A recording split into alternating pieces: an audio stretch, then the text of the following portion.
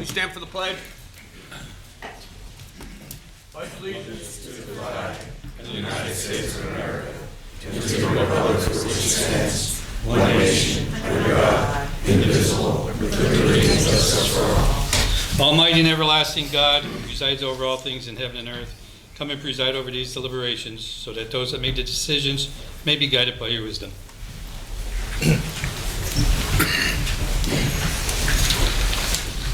Roll call, Mr. Ryan.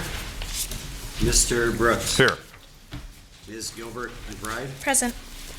Mr. Merritt. Here. Mr. Barrett. Here. And Mr. Blusker. Here.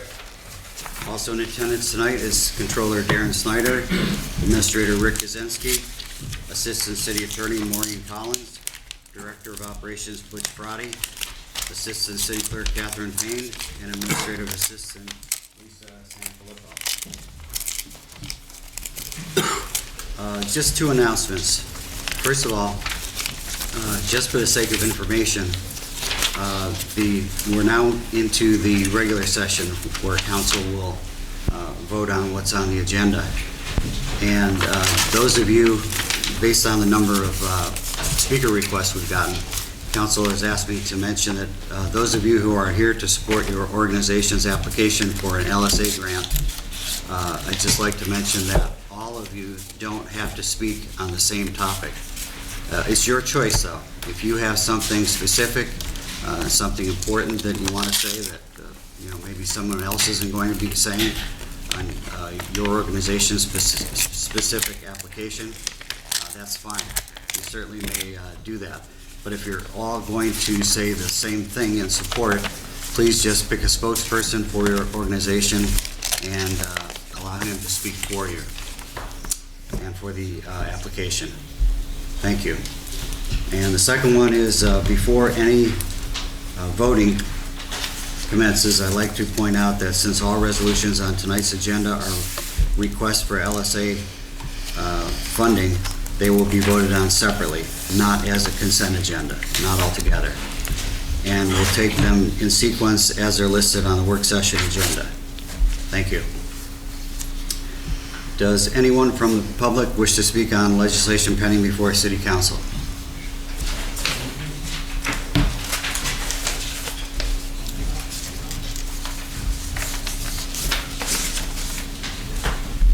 Okay, anyone?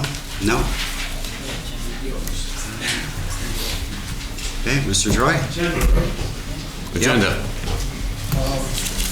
Regarding these various projects, I appreciate Mr. Kaczynski spelling out the numbers, but I really think as a citizen that the specific numbers for each project should be listed in the agenda. I mean, we see the bulk amount of, what is it, $1,256,000?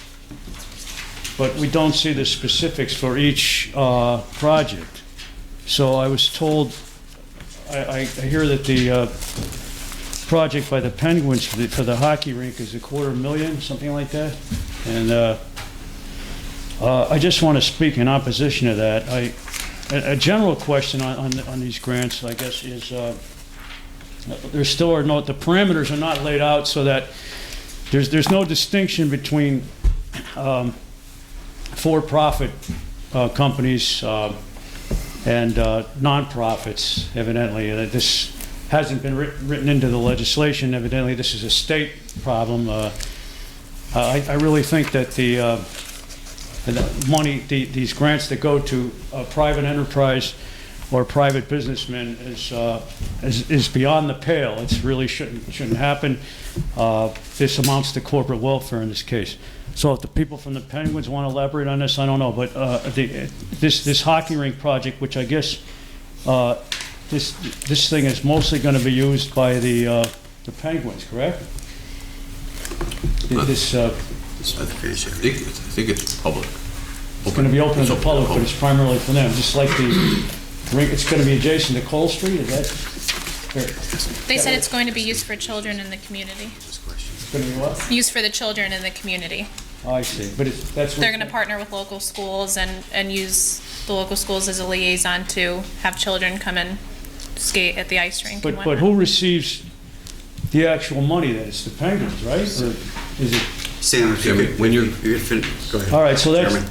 I would like to, and is there any, as far as the other projects are concerned, is there any way that the state or is there the Auditor General or anybody determines how much of the money that's passed to these different groups? I mean, how much of it can be used, for instance, for salaries? So the service centers, for instance, this is just an example now. I don't have any objection to some of the to these people, to these organizations getting money through this LSA. I guess that's what it's for. But some of it, I wonder how much the state monitors or the city monitors or somebody monitors where the money's going. For instance, some of the parking improvement project. So obviously, the Children's Service Center, for instance, would hire, would subcontract some of the work out perhaps for that improvement, and the money would go towards the project. But how much perhaps could some of the money go to some of the people in the service center? I mean, could they supplement their salaries with some of this? This is the question. I think some of these things should be watched over more closely before they actually are approved. And I don't see, I see a lot of, every time these things come up, we had, for instance, an LSA granted to a local businessman a few months ago to take out old seats in a movie theater and to put new seats in. That was granted with very little discussion, despite the fact that that particular individual is very well vested and his. I didn't see the necessity for that project. So I know. I guess the ultimate question here is these people. I guess this is how it works, Mr. Kaczynski. I don't know if you can explain it. I'm interested to know. So the people come to this. Come to the mayor. These various agencies come to the mayor with plans laid out for these various projects and spell out the necessity of it, and then the mayor pretty much approves the application, or, well, approves the fact that it's going to go before council for a vote. I guess that's how it works, right? That's all I have. Just a few concerns. If anybody wants to respond, feel welcome. It's put in front of the council for a vote to pass it on to the state, and then the state makes a determination where the money goes. If it doesn't go here, it'll go somewhere. So we're trying to do the best we can with what we have to accommodate everyone. But anybody can approach the mayor, any organization, whether it's nonprofit or for-profit, can approach the mayor. Well, I think that anyone can approach the mayor as always, but he makes the decision and passes it on to council to further approval. I see. Thank you, Sam. Anyone else on pending legislation? My question is I was told that this Name, please. Wyoming Valley Name, please. Jason Carey. I was told that this Wyoming Valley Sanitary Authority was tabled. Does that mean that they're not going to sell it? You finished? Well, no, I just want to know if I should go on. Go ahead. Go on. Okay, so if they're going to sell it, what's going to happen is Wyoming Valley Sanitary Authority is going to become a business. When that happens, the city loses control of the Wyoming Valley Sanitary Authority.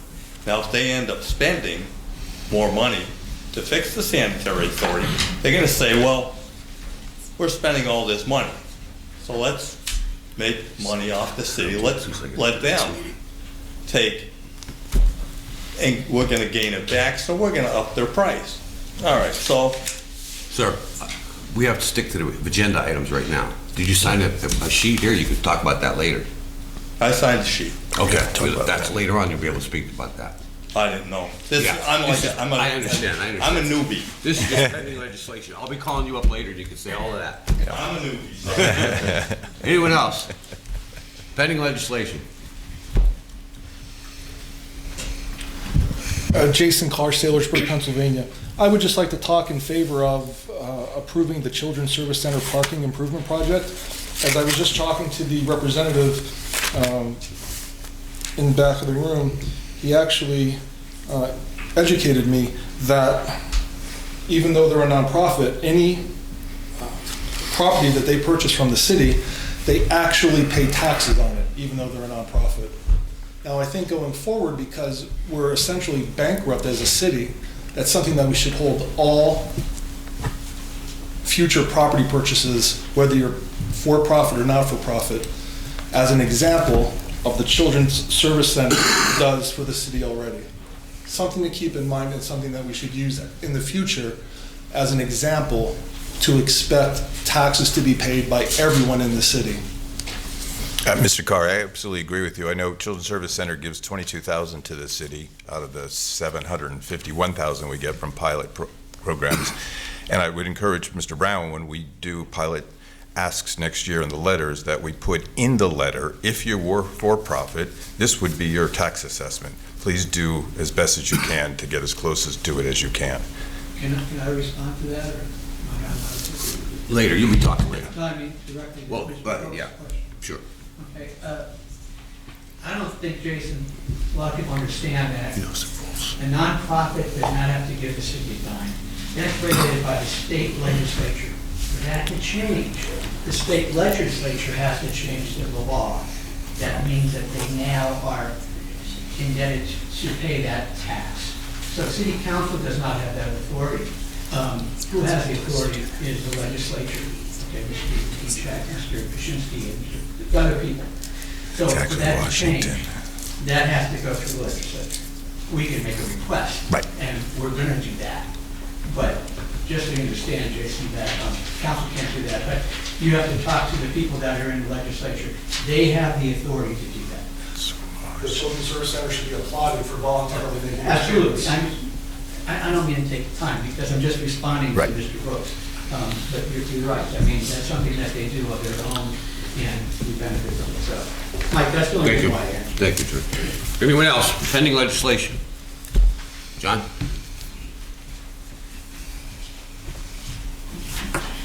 John Sosky, Omaline. First thing, is this it for LSA grants, or are we going to get in the next meeting, or is there going to be more? We don't know that. Okay. This is it this year, maybe. I mean, for this, I know that in the past that that they've came back with 2 sets. So I'd urge you guys to take a page out of Sam Troy's book to put it on the back burner just to make sure that there's none next week, and then vote on them all at once. Because I think that all these should be voted at once, because as I said over the years that, you know, there's only a finite amount of money that we're going to get from LSA. It's going to be, you know, the most I think we ever got was like 700 or 2.5 million or somewhere around there, and the least we got was 750,000. So we're going to get somewhere in the middle there. It's, you know, it's called a local share account. So that's we're going to get a local share every year. When people say that, you know, if we don't apply for grants that we're not going to get money, that, you know, they're confused, because every year we seem to get that money, you know. So I want to go over some of these grants, because I think that you should prioritize them. First thing, this Mill Creek grant, Mill Creek and Laurel Run, is that an LSA or is that in a different category? Different. That's different? Okay, that's like a, okay, so that's not in the pool with those. But I mean, obviously that's a good one that we really need. Where does it say it's LSA? Commonwealth Finance Authority. Yes, is that That's LSA, Commonwealth. so that Finance is, that's in the pool with everything else? Yeah. Mine says H2O PA grant application. I was a little confused when I read that too, so I just wanted to. So Oh, is it yeah, yep, LSA? Is it or not? Yeah. Because that's something we should probably know. I took it away. Look over here. Okay, so that's not Commonwealth LSA. Finance Authority. Because I know there's the LSA grants, and then there's the Oh, other, yeah, like the Commonwealth ones, Commonwealth Commonwealth Finance Finance Authority ones that like right. Wilkes got to do the streets over. So I was confused if that is in this pool or if that's off by itself, like one of those grants. Actually, it looks. You know, that one to me is the most important one. Like if that is with the LSA pool, I would say vote for that one and nothing else, because, you know, there was a year when we were asking, back in like 2014, 15, 16, when they were asking year after year for money for Solomon Creek, and the year before Solomon Creek fell in, they didn't give any money. No, the LSA program didn't give any money to the Solomon Creek wall, where maybe they could have gave more money and maybe could have fixed that or prevented that fall, you know. But back at that time, you guys were approving way too many grants. You know, you guys, in my opinion at least, you guys were going through way too many, you know, where there's too much competition. If you have too much competition, you know, the grants that you guys want aren't going to get approved. At least we've seen that happen in the past. But you know, a lot of these grants, the Wyoming Valley Art League, this is their, to my count, this is their 6th time asking for grants, for LSA grants. I don't understand why it's always the same people over and over again. And on the meeting, I don't understand this. Tony Brooks, you are a director in that. I don't know if you were, but on January 25th, 2018, you voted for one of these LSA grants for the Art League. Were you a director then? John, when you're finished, Tony. Yeah, that's fine. No, I should abstain. I am a director, so I should abstain. Yeah. See, that shows that there's preference for them because he was a director and he voted on it. You could go check the tape or whatever you have to do, but that's not, they're getting preferential treatment there because you could see that he voted for them, but they're here every year. You can't get, other people can't get a chance to get their grants in when they're fighting. They're lucky enough to get through that many times. There's other people that don't get their grants through. So maybe you guys should maybe look at giving other people a chance to get some of these grants. Children's Service Center, I'm happy they pay taxes and all, but this is, they've been paid on, we've approved them 4 times that I have count. 2017-18 we got them 100,000. 15-16 we got them 249,465. I go over the LSA. I got the LSA numbers from the city. There's not many LSA numbers where people get exactly the dollar amount that they got. This specific case, they got every dollar that they asked for at that specific time. People don't usually get that. And another 2014, 2015, they got another 100,000. I appreciate they're paying taxes, but we've helped. We funded them. Maybe it should be other people's turn. We have the Luzerne County Flood Protection Authority. Now that and the Penguins one, those are kind of things that aren't for just the residents of Wilkes-Barre.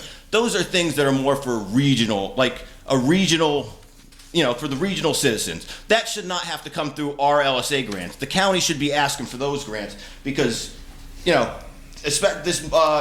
the multi-use storage facility, like that's going to be on our land, correct? And we're going to have to store, everybody's stuff there. It's not just, we're not just protecting ourselves from the river. We're protecting everybody from the river. And they, the other cities should also be having to pitch in for that. My time's up, but I lost a minute and a half there when you guys were, you guys gotta bear with me. And I'm only, YMCA should get theirs, no question there. Volunteers of America, $300,000 to change a bedroom or just convert a building to a 6-bedroom for low income. I don't have a huge problem with that. Wyoming Valley Challenger Baseball renovation, that's a good one. That one you guys should definitely vote for. That's somebody who's using one of our parks for something right.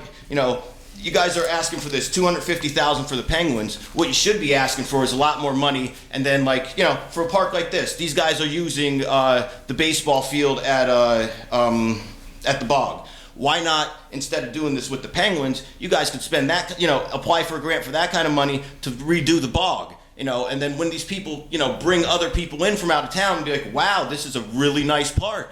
That's the kind of advertising you guys should be doing with this money, showing people that we could, showing the region that we could do nice things in our neighborhoods. It doesn't have to always be for the nice, big, shiny places. The Penguins have money. They're not broke. They can afford to shell out a little bit more. John, finish up. Yeah, I'm done. That's it. I'm good. Anyone? Go ahead. Mr. Kaczynski, were there any applications that the mayor did not forward to us?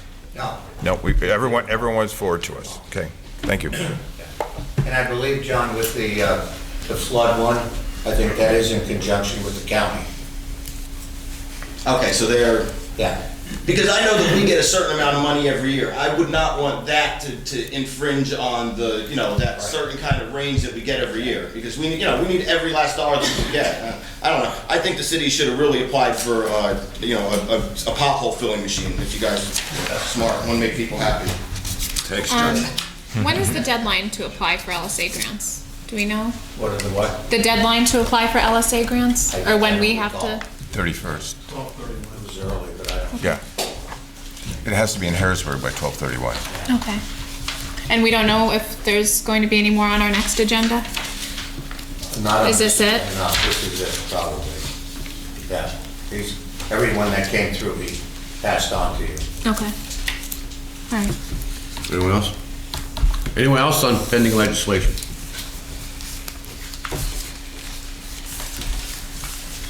Mike Hopkins from Children's Service Center. Just like to clarify a couple of things that have been said. One, we've invested about between $8 and $9 million in the 300 block of South Franklin Street over the last 10 years. I'm not sure, other than the universities, there's been that kind of development in any city block. And so we're proud of the campus that we have. We appreciate all the support we get from LSA, but it certainly hasn't been all of what the development that we've done. We've put a lot of our own money into the process and raised a lot of money on our own for that, so I appreciate that. To Tony's point, we really don't pay a pilot because we are tax exempt, so I remember Mayor Layton sent me a letter after one of our contributions, and I sent it back to him, said, we're really not, this isn't a pilot, this is a contribution to the city to say thank you for your police support, for your ambulance support, for your street cleaning, for all you do for the city and for all you do for us on campus. So that's really what we make that payment for. And anytime we acquire property, we've probably acquired 6 properties on a 300 block of South Franklin. Whatever the homeowner was paying in city taxes, that's what we add on to it. So every year that number comes up. So it's 22, it'll be 23.5 next year. Right. Because we just acquired 350 South Franklin. So every year that number rolls and it continues to grow every year. So I just want to clarify this. Mike, 10 years ago, how many employees did you have and how many employees do you have now? Well, we're up to about 480 now. 480. 490, somewhere in that range. Our payrolls, our annual budget's about 26 million. Our payroll is about 650,000 every 2 weeks.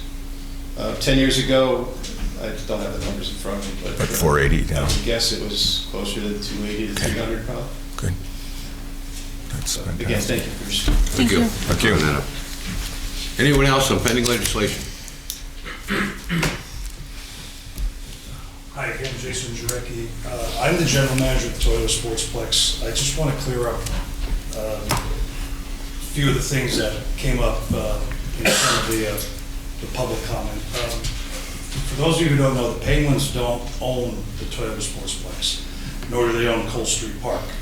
That's a public resource. Penguins were hired in 2009 or beginning of 2010 just to serve as the management company.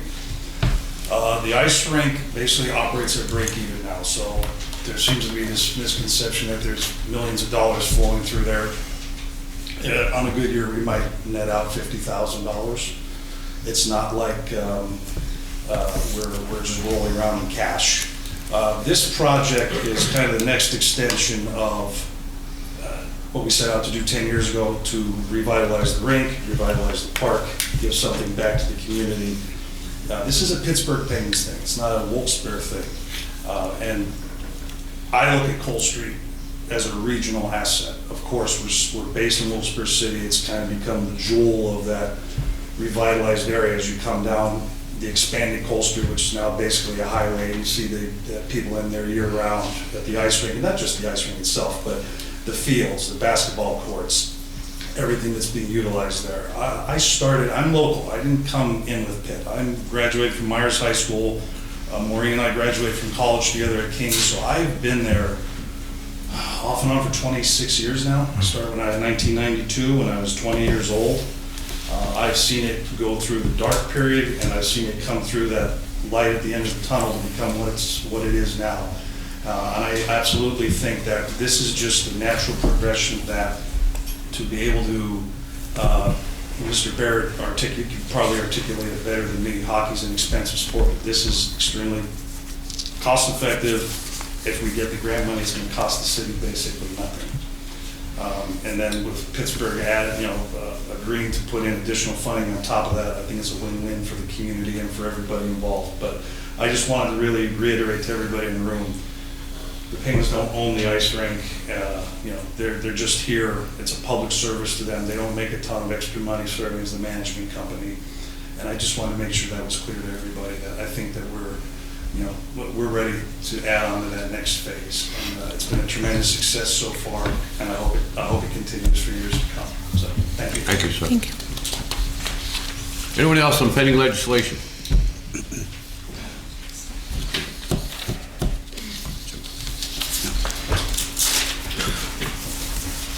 Okay, we'll go into the voting, and as I said at the top of the meeting, going to be taking each one individually. and we'll go in sequence as they're listed on the agenda. So the first one is a resolution regarding Mill Creek and Laurel Run Creek flood restoration project. Motion, second, and vote. Motion. Second. Tony? Mike Merritt? Mr. Brooks? Yes. Ms. Gilbert McBride? Yes. Mr. Merritt? Yes. Mr. Barrett? Yes. And Mr. Beluska? Yes. Motion passes. Second is the renovation of the historic Wyoming Valley Art League building project. Motion, second, and vote. Motion. Second.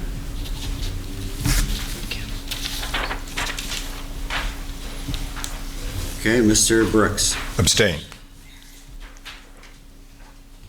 Ms. Gilbert McBride? Yes. Mr. Merritt? Yes. Mr. Barrett? Yes. And Mr. Beluska? Yes. Motion passes. Third is the Children's Service Center Parking Improvement Project. Motion, second, and vote. Motion. Okay, Mr. Brooks? Second. Second. Mike Merritt? Mr. Brooks? Yes. Ms. Gilbert McBride? Yes. Mr. Merritt? Yes. Mr. Barrett? Yes. And Mr. Beluska? Yes. Motion passes. Next is the Emergency Response Center project. Motion. Second. Mike Beluska and Tony. Mr. Brooks? Yes. Ms. Gilbert McBride? Yes. Mr. Merritt? Yes. Mr. Barrett? Yes. And Mr. Beluska? Yes. Motion passes. Next is the Kirby Park Multi-Use Storage Facility project. Motion. Second. Tony, Mike Beluska. Mr. Brooks? Yes. Ms. Gilbert McBride? Yes. Mr. Merritt? Yes. Mr. Barrett? Yes. And Mr. Beluska? Yes. Next one is Wilkes-Barre YMCA Safety and Security Project. Motion. Tony? Second. Bill? Mr. Brooks? Yes. Ms. Gilbert McBride? Yes. Mr. Merritt? Yes. Mr. Barrett? Yes. Mr. Beluska? Yes. Motion passes.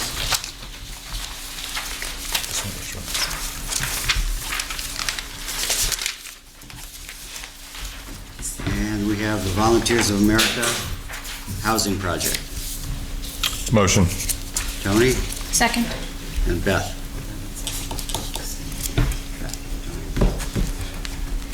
Motion, second, and vote. We have the second. Okay, Mr. Brooks? Yes. Ms. Gilbert McBride? Yes. Mr. Merritt? Yes. Mr. Barrett? Yes. And Mr. Beluska? Yes. Motion passes. The Wyoming Valley Challenge Baseball League Fencing Project. Motion.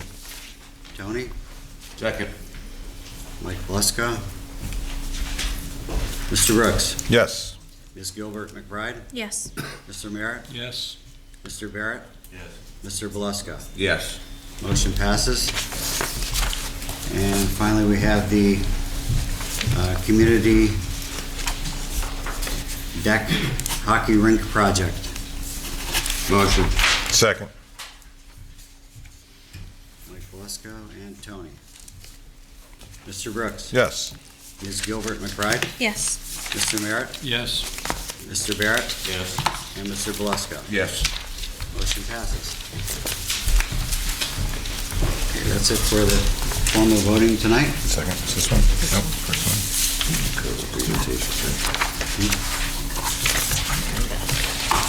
Tony, anything more since the work session?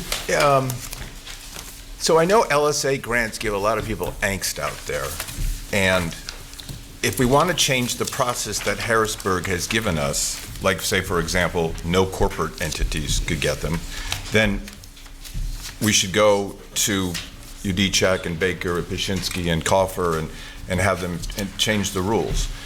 There is a state senator in Western Pennsylvania who has made noise about abolishing LSA grants, which I think is a little too extreme. Her intent was to add it to the current rebate we already get. So for example, I get $280 off my school taxes from the casino. If we abolish the LSA, I don't know, am I gonna get another $280? Honestly, I'd much rather see opportunities for various nonprofits that can go after this type of money. There's very, very, very few opportunities for larger, mid-sized, smaller nonprofits to really go after money. I happened to write one of the very first LSAs for 44 Meeting House, and we got it, and it was to paint it and put a new foundation. But what struck me was, at the time in 44, there was a rift between the council and the mayor, and that could be subject to politicalization of something that should go forward, and someone could hold it back. And so I was glad that you said to us, Mr. Kaczynski, that you forwarded them all on. And obviously, all of us, our colleagues, we've forwarded them all on now to Harrisburg to make the decision.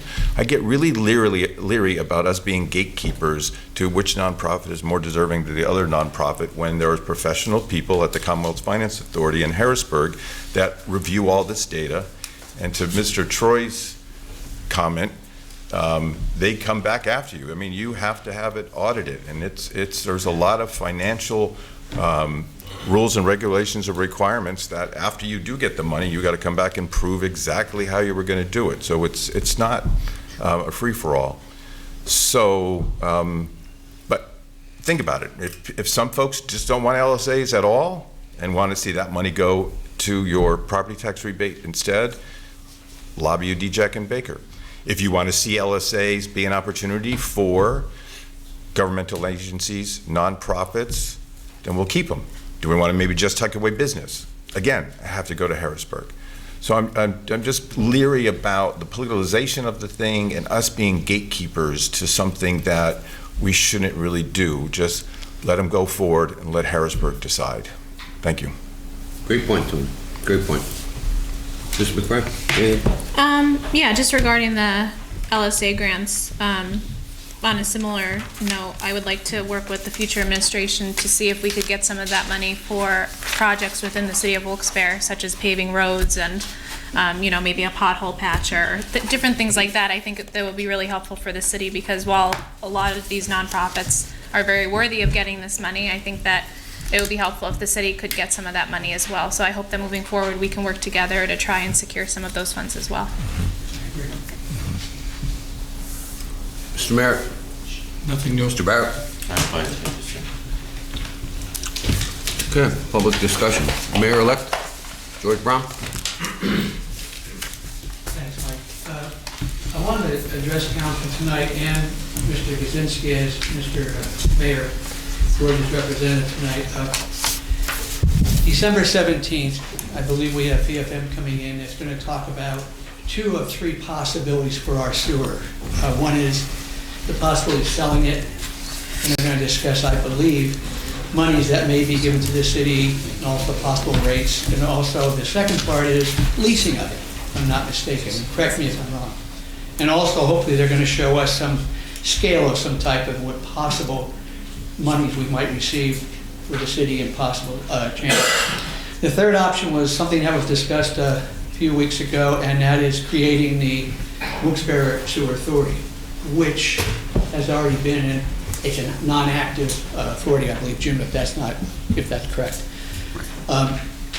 What I'd like to propose is on December 17th, they're going to come here and they're going to talk to roughly 20 people or so in the audience. I'd like to make a recommendation to the administration and the council to change that. And what I'm asking for is to open up to a larger place that we could have, a larger venue to have a meeting, that we could have the residents of Wilkes-Barre come, and not just people that can cram themselves into this small room. I'd like to see that maybe an auditorium or a school auditorium or innovation center downtown. We can have a couple hundred people there. And at that meeting, PFM can present the proposals that we should be hearing on the 17th, but not just to us, but to 200 or 300 constituents that voted us into office. I want them to have the opportunity to hear it firsthand. I want them to have the opportunity to ask questions. This is probably, folks, one of the most important decisions we're going to collectively make in our careers as either mayor or council members. I think the public deserves a right to hear it firsthand. The way we do that, in my opinion, is change the venue and change the time, so that people that are working can get here, so that we could have a place that's full of people that are going to hear, because it affects their lives. The third part about the Wilkes-Barre Sewer Authority, that's something that's probably not going to take place until I take over mayorship, and we're going to have to do some studying on that. We'll have to get some more information to present to council, and so that one I think should not be part of December 17th, because we don't have the information necessary.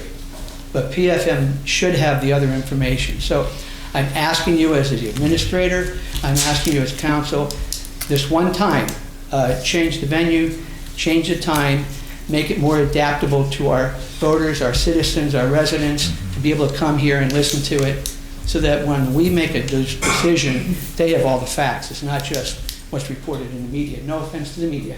You guys do a great job. But what I'm saying is, I want them to hear it firsthand. So I'm asking you to please consider that. Okay? Thank you. George, possibly we could tell PFM not to even come this year till Mr. Jordan gets it back and gets in office. I mean, can we hold them off? Do we need to have PFM here?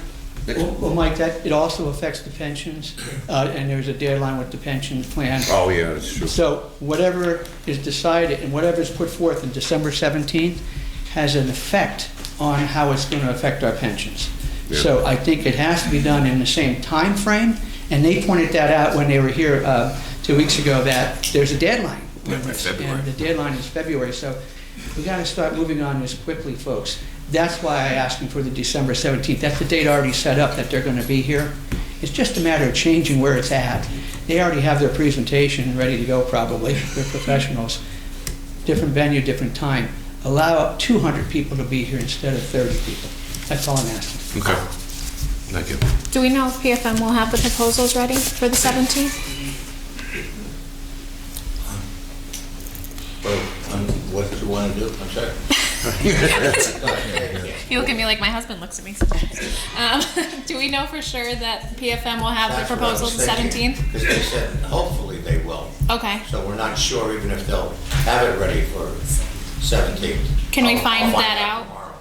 I'll find out tomorrow morning. Tomorrow, okay. Absolutely. And we then- certainly can change the venue if need be. Possibly the Innovation Center would probably be a better spot. Unless you want a lot of city to come, and we could change it to the Kirby. To do that, you know, if they'll allow us.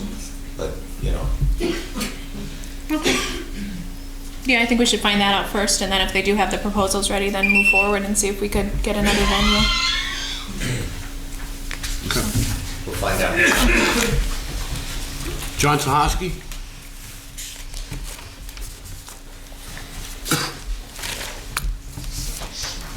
John Sahoski, Almond Lane. I'm very disappointed on how you guys voted. I mean, you guys just rubber stamped everything. It's like, what Tony's saying, I just totally disagree with that. You know, you guys are elected to actually make some decision. You guys should be the filters for these grants to see what we should be putting our money into. Who do you think could see better, the people that are elected locally here or some bureaucrats from Harrisburg? Because Mr. Brooks obviously trusts the bureaucrats from Harrisburg, so I don't know. But all you guys voted the same way, so you guys are all kind of in the same boat. Mr. Mayor, I guess Butch is gone. Is there any update on that Washington Street Bridge? Because that's still been out, you know, I haven't heard any updates. You know, it's been out longer probably than you've been in office, you know. It's kind of getting ridiculous. I agree, John. Yeah, and I mean, you've never gotten anything done to get it done. You know, it's just kind of pathetic, to be honest with you.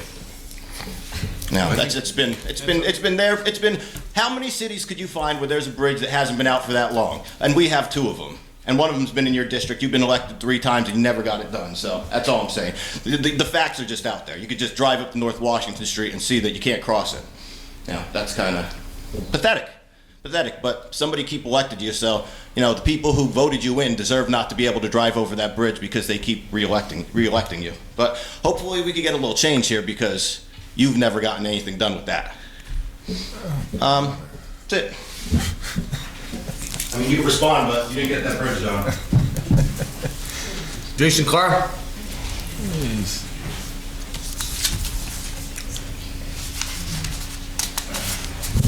Hi, Jason Carr, Sailorsburg, Pennsylvania. I just want to agree with Beth. The LSA accounts, first and foremost, should be focused on the city's desperate need for the services that it's supposed to provide its citizens. When you think about it, wouldn't it be nice to have a street cleaner? Wouldn't it be nice to have potholes patched on a timely basis? Wouldn't it be nice to have the grass cut in various parks? First and foremost, the city should look for those grants. Just to give Mayor Brown a little insight as to how the city functions and the enormous issues that he has confronting him as he takes office. Back in July of 2018, I confronted council about many of the issues that the city had, and probably angered some people that sit in front of me right now. And I own a property next to one of the people that sit here in front of me today. And approximately 5 days after I let you guys have it, I got a $1,000 fine in the mail. And I remediated the issue before the fine was issued. So it was probably a message being sent to me. Did that stop me from coming here? It didn't. I actually had to waste my time coming to court, to the magistrate's office, and actually no one showed up. So as I've been talking to, so this was building probably for a couple years. So as I've been talking to attorneys, they said, that's a mild form of harassment. And along with the other things that have happened here, that city council has allowed to happen to me specifically, it's been very disappointing. So back in October of this year, 2019, I must have angered somebody else within City Hall, and an email was sent to the health department stating that none of my properties were inspected. I don't know how many I own in Wilkes-Barre. But long before that, I knew I was going to be attacked, and I made sure everyone was inspected. So the moral of the story is, as Mr. Gazensky knows, because I was told by people inside the meeting, Mayor George, Mr. Gazensky, and other people met about me specifically, trying to calm me down, trying to keep me quiet about confronting the issues that the city has confronting itself. And the saddest part was, in your efforts to come after me, you had to make a phone call to me to ask me what addresses of the properties that I owned, so you can go after me. That's pathetic. The point is, 55% of the properties inside the city of Wilkes-Barre are rental properties. And there's an enormous amount of money being lost because you don't know what properties are owned by landlords. That's the moral of the story.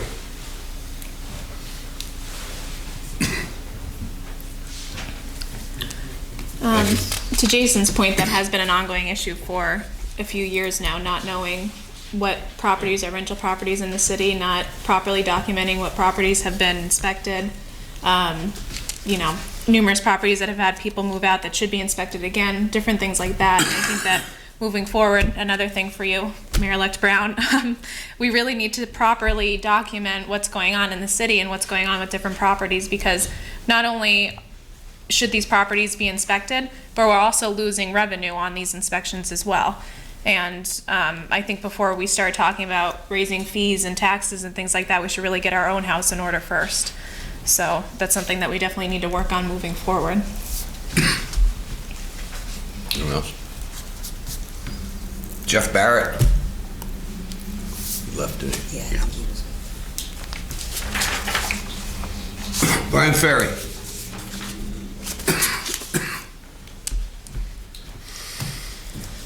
How's everybody doing tonight? Brian Ferry, South Washington Street. Have to bear with me just a second here. At the last city council meeting, Mr. Ryan made an excellent point that we we all need to come together. We all need to think of ideas and come up with ways in which we can improve the city. And Jared Snyder, you like to talk about, what we, in the early intervention, we were looking at having to liquidate our assets. And one way of doing that is through good urban planning.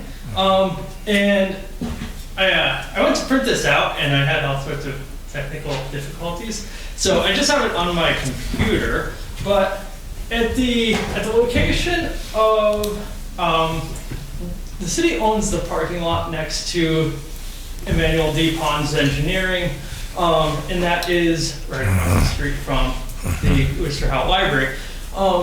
And I think that this would be an excellent lot for us to subdivide and sell out. I think that we should be looking at the possibility of turning this vacant lot into something like townhomes. Like, what we can do is we can write up an RFP, say that this is what we're, it doesn't necessarily, so we have to start to build up Wilkes-Barre. And what this does is, this is a great way for us to, the city would gain the revenue from the sale. We would not have to pay MS4 on land that we, because we wouldn't own it anymore. We wouldn't be having to pay property taxes. If it's not KOZ, we would be generating property taxes. And this would help to, in urban infill projects, Tony Brooks, you like to, you're very much into historic preservation.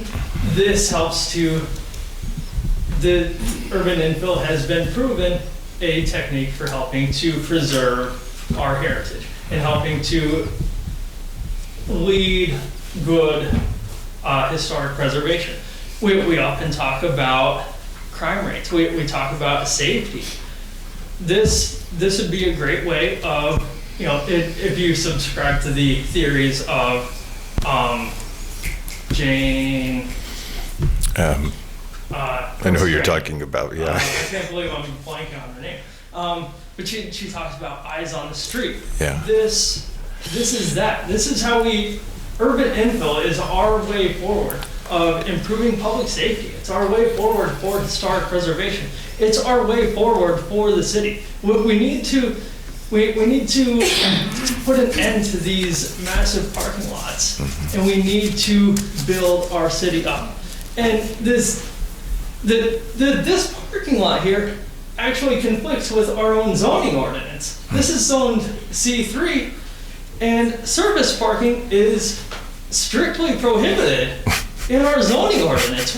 How are we supposed to lead when we're not even following our own ordinance? I think that we should be doing better. I think that urban infill is the way forward, especially for city-owned lots. We need to start looking at ways to develop these.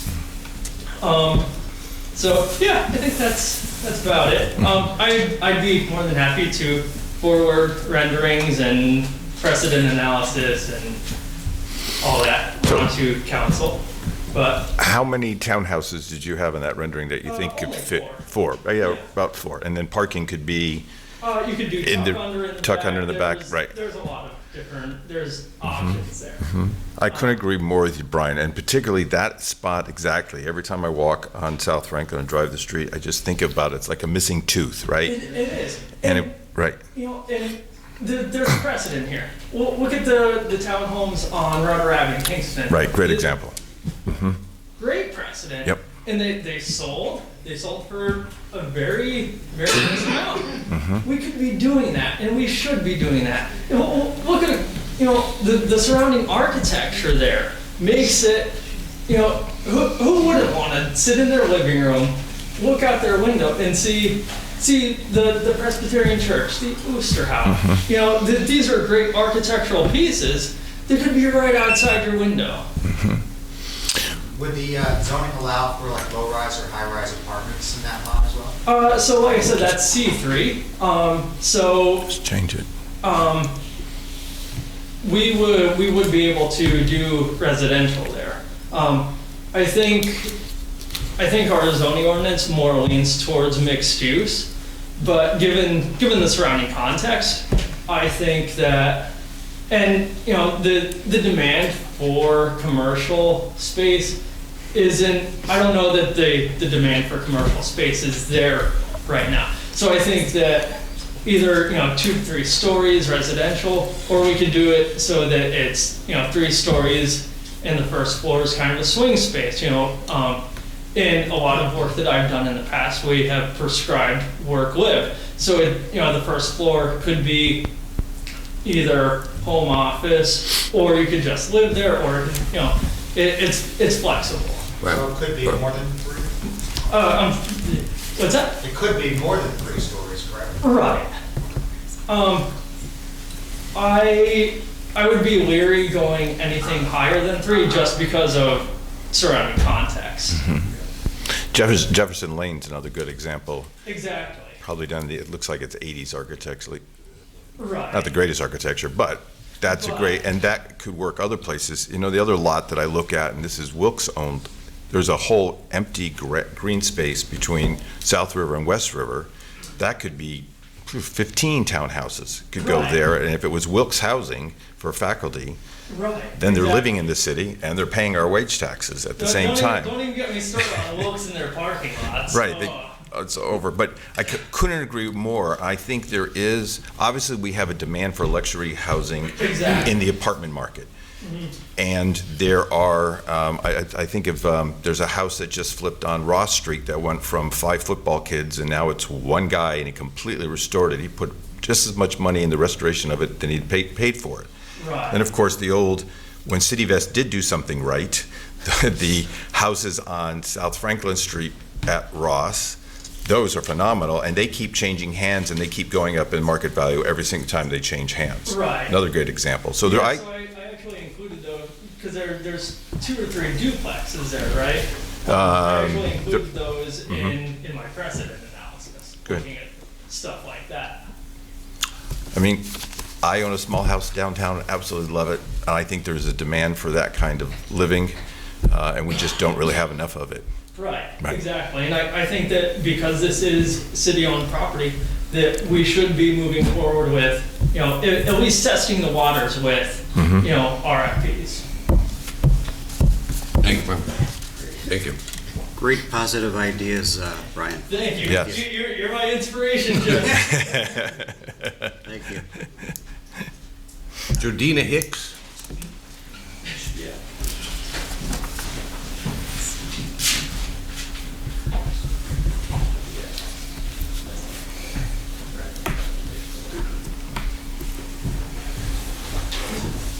Did I say that right? Yes, sir. Thank you. Okay. Thank you. I am also new to this process, so I wanted to come up and mainly thank the council and mayor for engaging and partnering with nonprofits to go into for LSA opportunities. So I have my name on as a speaker to talk about the project that we put in for. Is that still something you would like to see happen tonight, or with the vote happening, are we moving past the LSA descriptions? What was your project? The project is Volunteers of America. So we voted yes. So. So There you go. You should have came up before. Yeah. I misunderstood that a little bit. So I signed up to be a speaker to talk about the project, but since it voted in, I just want to say thank you. Volunteers of America PA has been working in Wilkes-Barre, Luzerne County for over 50 years. You probably know Bill Jones, who is with United Way, and the project we put in for is actually one he started back in 2007. So we're thrilled to see it come to completion. I have, a few of my teammates are here.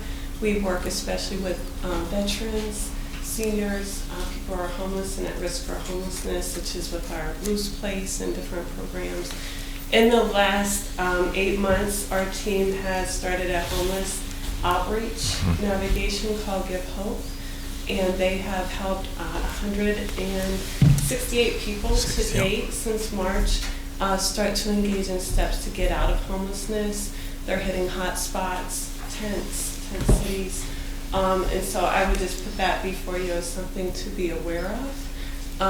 We are making a lot of progress, I think, in this area, but we can always use more partners and opportunities to grow what we're doing. So, in closing, I just say thank you once again. We're excited about our project on Division Street, and we hope that it comes through. The property question, the property on Division Street, it's vacant now, isn't it? It's vacant. It's been vacant since 2007. Okay. So it's unfortunately vacant. The organization had an opportunity to start with Bill a housing program for homeless teens we call it Manor House. And the city wanted more oversight and 24/7 engagement for those young people. So we moved our administrative offices from Division Street to River Street at that time, with the plan of turning Division Street into the model that we presented to you with LSA, and that was 2007 in the recession. And that kind of went on standby. Bill ended up leaving, and leadership took a bit to get resituated. So we're back at it, and Councilman Brooks? we would really like to preserve the historic building that it is. It's a beautiful building, 1900. It was a hospital at one point for people with tuberculosis. It was a group home for pregnant women and babies, and then, for men who were alcoholic. It's been used for good in the community. It's a beautiful building. So we are excited to try to preserve it and so yeah. Good. From the homeless initiative that you have done, my understanding is, and correct me if I'm wrong, that 168 that were identified as homeless, my understanding that 3 did successfully get into permanent housing? Oh, far more than 3. Let me ask my colleague Sam. Oh boy. Am I allowed to ask for additional speaker to come up? Sure. Because I actually think the press and the public should hear about this, because I know we're getting reports from you at Diamond City Partnership, and I'm very impressed on the numbers of how you ID these people. And say your name, please. I'm Samantha Orth. I oversee our Give Hope program. Don't hate me, I don't have all the numbers right in my head right now. So since March 1st, we have seen over 131 people out on the streets. Right.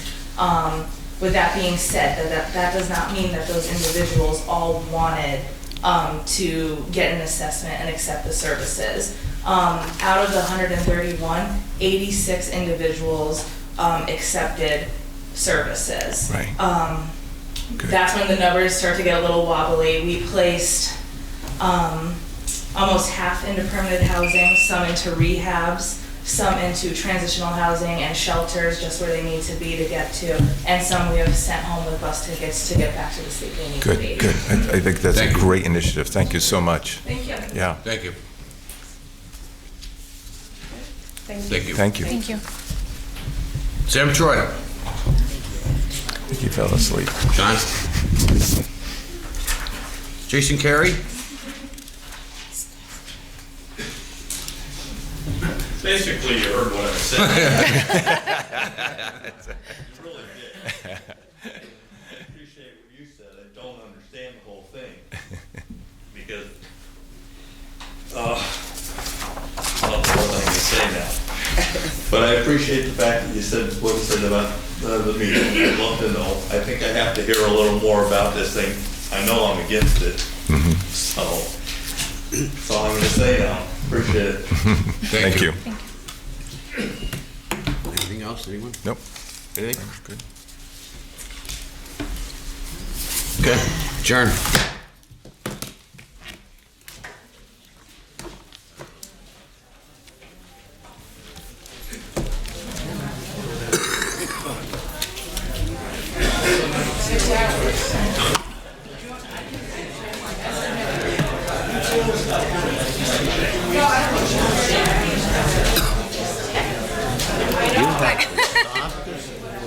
Out of everywhere.